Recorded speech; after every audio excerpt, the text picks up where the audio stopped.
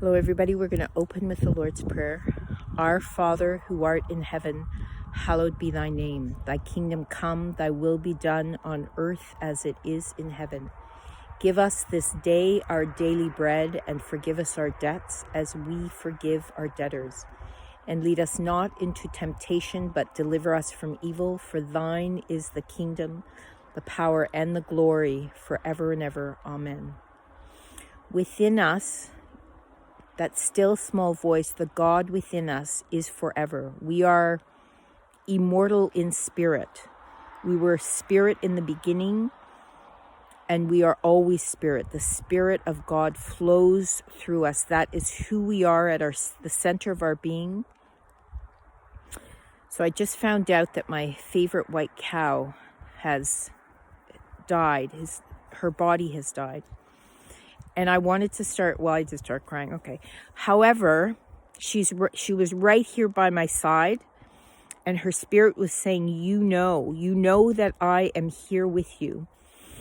Because when Caleb passed away, when our dog passed away, Caleb, and I was completely distraught, she stopped me and she said, Caleb will always be with you.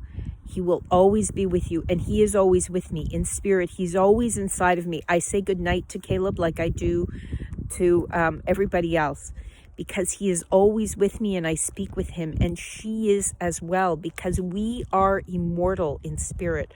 Our spirit, our soul, the God flowing through us, that inner knowing is forever.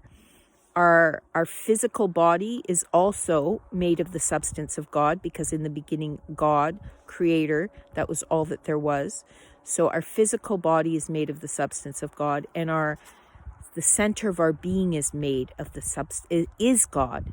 That is God. And that is when we go deep within and allow and commune with God, and go into that stillness, that silence, and we allow ourselves to be guided through, to do as we're given to do, then grace flows out of us and our lives become different.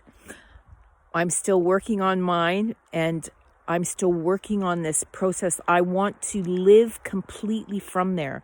I don't need to live from the outside world. I only need to live from within. And every time I question that, like when I saw when I saw her dead, she's not dead. She started to talk to me right away, because that's what she did when Caleb died.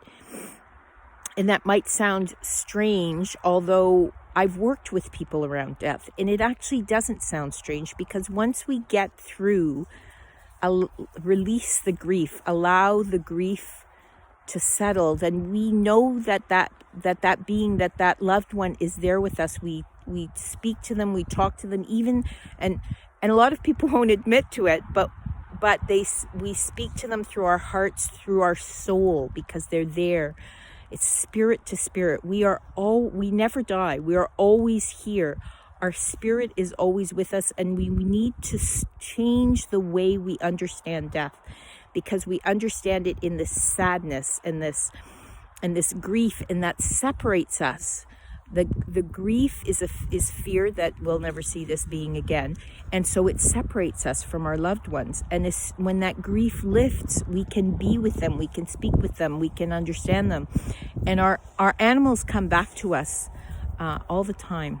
They come back to us. We're all working on this together. We are all God within, one consciousness together. I'm gonna finish with the Lord's Prayer. Our Father who art in heaven, hallowed be thy name. Thy kingdom come, thy will be done on earth as it is in heaven. Give us this day our daily bread, and forgive us our debt as we forgive our debtors. And lead us not into temptation, but deliver us from evil. For thine is the kingdom, the power, and the glory forever and ever. Amen. And I'm going to say, because I do this, listen to the words of the Lord's Prayer. They're the most powerful words in the world. We love you very much. Have a wonderful day.